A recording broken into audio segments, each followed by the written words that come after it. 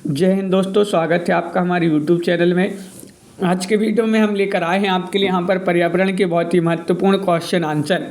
जो भी CTET की तैयारी कर रहे हैं उनके लिए बहुत ही महत्वपूर्ण प्रैक्टिस होगी। यहाँ पर पर्यावरण की बहुत ही महत्वपूर्ण क्वेश्चन आंसर हैं।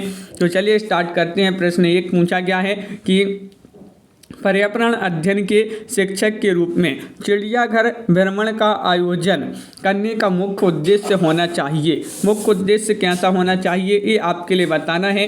तो आप सभी का यहाँ पर सही आंसर है विकल्प नंबर आपका यहाँ पर 1, यानी कि विद्यार्थियों को सक्रिय अधिगम अनुभव उपलब्ध कराना, ये मुख्य उद्देश्य होना चाहिए। क्वेश्चन नंबर आपसे यहाँ पर 2 पूछा, मनुष्य के शरीर की सबसे बड़ी ग्रंथि बताना है, कौन सी मानी जाती है, चयन कीजिएगा। मनुष्य के शरीर की सबसे बड़ी ग्रंथि की बात करें तो वह मानी जाती है कौन सी, यकृत। यकृत आपका 4 जो है सही आंसर होगा। अगला क्वेश्चन यहाँ पर देखिएगा, क्वेश्चन महत्वपूर्ण यहाँ पर दिया गया है। क्या पूछा गया है कि एक भोजन संस्तर से दूसरे भोजन संस्तर में स्थानांतरित होने वाली ऊर्जा का प्रतिशत होता है 20, 30, 5 या फिर 10। तो आप सभी का यहाँ पर सही आंसर है, इसका प्रतिशत होता है कितना, 5%। विकल्प नंबर सी आपका 3 सही आंसर होगा।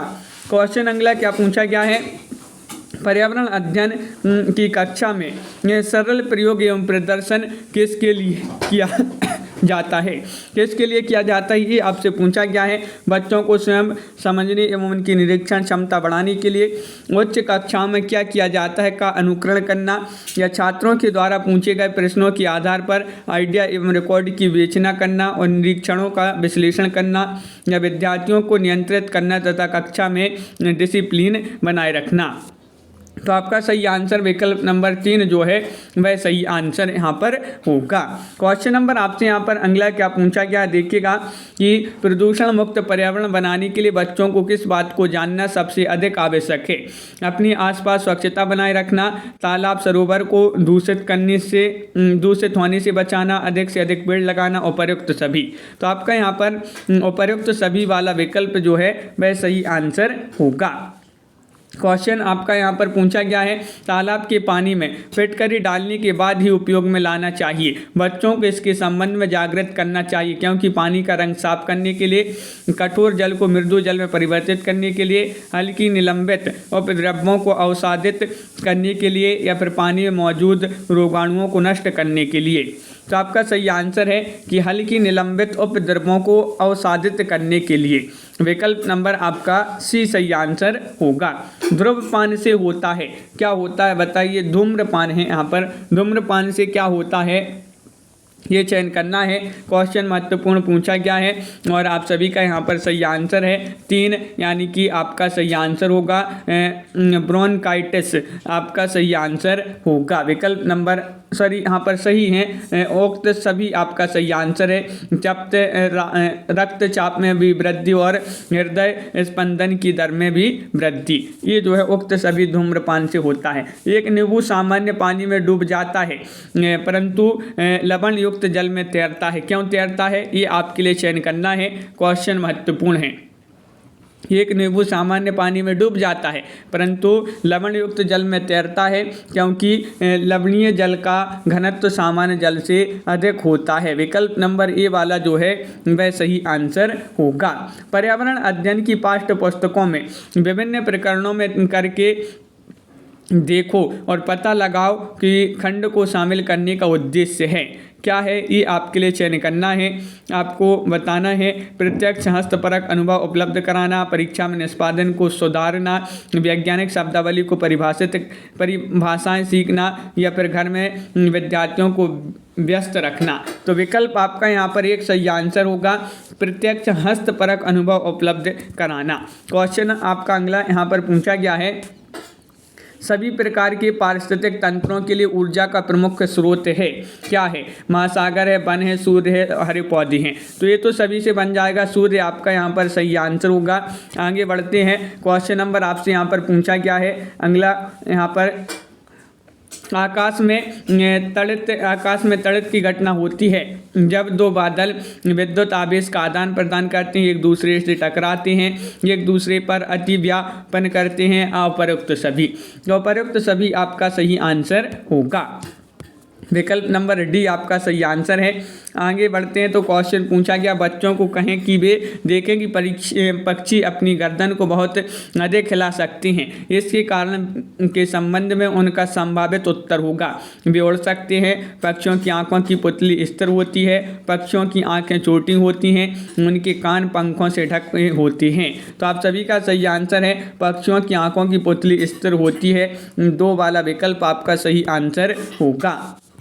क्वेश्चन आपका यहाँ पर पूछा है, यदि एक नक्शा आपके सामने है तब उसमें पूर्व दिशा किधर प्रदर्शित होगी, ये आपके लिए बताना है। क्वेश्चन महत्वपूर्ण पूछा गया है, यदि एक नक्शा आपके सामने है तब उसमें पूर्व दिशा किधर प्रदर्शित होगी, ये बताना है। तो आपका सी सही आंसर कि आपके दाहिने हाथ की ओर, आपके दाहिने हाथ की ओर। पर्यावरण अध्ययन की कक्षा में कविता एवं कहानियों के उपयोग से किसमें मदद मिलती है? विद्यार्थियों की ऊर्जा को सही दिशा में लाने में, या फिर विद्यार्थियों की मध्य भाषा एवं सांस्कृतिक विविधता के प्रति सावधानी रखने में, स्थानीय एवं वैश्विक स्तर पर विश्व की प्रकृति की कल्पना एवं उसके दोहन की क्षमता बढ़ाने में, अध्याय को मजेदार और रोचक बनाने में। तो आप सभी का सही आंसर है अध्याय को मजेदार और रोचक बनाने में। विकल्प नंबर डी आपका यहाँ पर सही आंसर होगा। राष्ट्रीय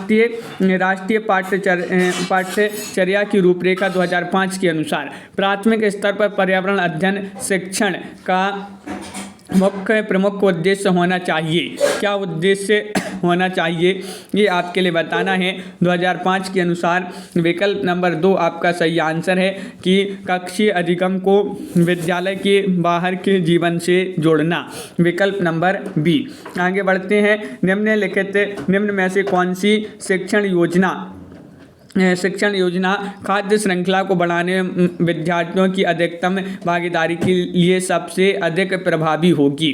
वह योजना आपके लिए बताना है। तो आपका सही आंसर है कि विभिन्न आवासों में चलने वाली संभावित खाद्य श्रृंखलाओं की खोज करने के लिए विद्यार्थियों को कहना, ये वाली योजना आपका सही आंसर होगा।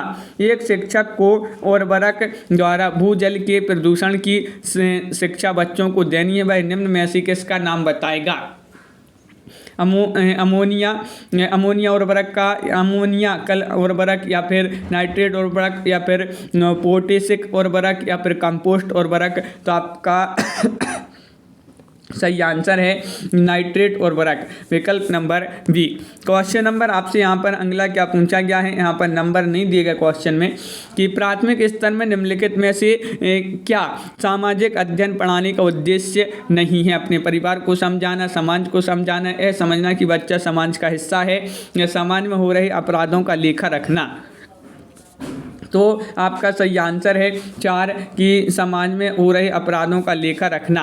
प्राथमिक स्तर में जो है इसको जो है सामाजिक अध्ययन पढ़ाने का उद्देश्य नहीं है। ये अगला क्वेश्चन यहाँ पर देखते हैं कि चंद्रमा प्रतिदिन अपना आकार किसके कारण बदलता रहता है? सूर्य के चारों ओर परिक्रमा, पृथ्वी के चारों ओर परिक्रमा, अंतरिक्ष में बाएं से दाएं की ओर गति, या आकाश में पूर्व से पश्चिम की ओर गति। चंद्रमा प्रतिदिन अपना आकार किसके कारण बदलता रहता है? पृथ्वी के चारों ओर परिक्रमा, ये वाला विकल्प आपका सही आंसर होगा। यहाँ पर पूछा, जब एक मछली को पहले उसे उबले पानी लेकिन कमरे के तापमान पर ठंडे किए गए पानी से भरे एक्वेरियम में डाला जाता है तो वह मर जाती है, क्योंकि एक्वेरियम का पानी खनिज रहित है, ऑक्सीजन रहित है, मछली द्वारा पीने योग्य नहीं है, मछली के तैरने योग्य नहीं है। तो आप सभी का सही आंसर होगा कि ऑक्सीजन रहित है, ये वाला आपका सही आंसर होगा। विटामिन ऐसे पदार्थ हैं जो न्यूनता रोगों से बचाने के लिए अल्प मात्रा में आवश्यक हैं, जो हमें स्वस्थ रखने के लिए आवश्यक औषधि हैं, जो उपापचयी दर को बढ़ाते हैं, जिसके कारण भार में कमी आ जाती है, या फिर जो कि पेशियां बनकर हमें ताकतवर बनाए रखता है। विटामिन ऐसे पदार्थ हैं जो न्यूनता रोगों से बचाने के लिए अल्प मात्रा में आवश्यक है। अगला क्वेश्चन यहाँ पर देखिएगा कि निम्नलिखित में से किस पारिस्थितिक तंत्र में सबसे अधिक खाद्य श्रृंखलाएं पाई जाती हैं? वह पारिस्थितिक तंत्र आपके लिए चयन करना है, कौन सा माना जाता है? तो आप सभी का सही आंसर होगा वह है वन का पारिस्थितिक तंत्र, विकल्प नंबर 1। निम्न में से क्या बाल श्रम में नहीं आता? बच्चों का फैक्ट्री में काम करना, बच्चों का राशन की दुकान में काम करना, बच्चों का होटल में काम करना, बच्चों का अपनी कृषि खेतों में काम करना। बाल श्रम में नहीं आता है बच्चों का अपना कृषि खेतों में काम करना, ये जो है बाल श्रम में नहीं आता है। विटामिन ए किसमें अधिक होता है? अमरूद में, गाजर में, नींबू में, सेब में। बताइए, विटामिन ए पूछा गया है तो विटामिन ए जो है वह अमरूद में होता, गाजर में होता है। विकल्प नंबर 2 आपका यहाँ पर सही आंसर होगा। गाजर आपका सही आंसर है। अगला क्वेश्चन यहाँ पर पूछा गया है कि अफीम और मार्फिन और हेरोइन, मेथोडीन आदि किसके उदाहरण हैं? तो ये उदाहरण किसके? संदमक एवं ट्रेविलाइजर की। विकल्प नंबर आपका यहाँ पर जो 1 है वह सही आंसर होगा। क्वेश्चन आपसे अगला पूछा है, यह शब्द समूह किसके शब्द घनिष्ठ रूप से संबंधित है? ये आपके लिए बताना है। यह शब्द समूह जिसमें शब्द घनिष्ठ रूप से संबंधित हैं वह शब्द समूह आपके लिए यहाँ पर चयन करना है। कौन सा माना जाता है? तो आप सभी का यहाँ पर सही आंसर होगा विकल्प नंबर 1 यानी कि लोहे, हीमोग्लोबिन और एनीमिया और आंवला, ये आपका सही आंसर होगा। सामाजिक बुराइयों के उदाहरण हैं बाल विवाह, दहेज प्रथा, बाल श्रम या फिर उपर्युक्त सभी। तो इसका आंसर आपके लिए क्या करना है? कमेंट में आपके लिए बताने, अगर आपसे बनता है तो कमेंट में बताइए कि सामाजिक बुराइयों के उदाहरण हैं। तो सभी के लिए बहुत बहुत धन्यवाद। इसी तरह के पर्यावरण के और भी वीडियो आपके लिए जो है चाहिए। सीटेट की तैयारी जो भी कर रहे हैं तो जिसमें भी पर्यावरण पूछा जाता है, महत्वपूर्ण जो है प्रैक्टिस आपकी करवाई जाती है। सभी के लिए बहुत बहुत धन्यवाद। चैनल को सब्सक्राइब कर लें, ज़्यादा से ज़्यादा वीडियो को शेयर करें। जय हिंद।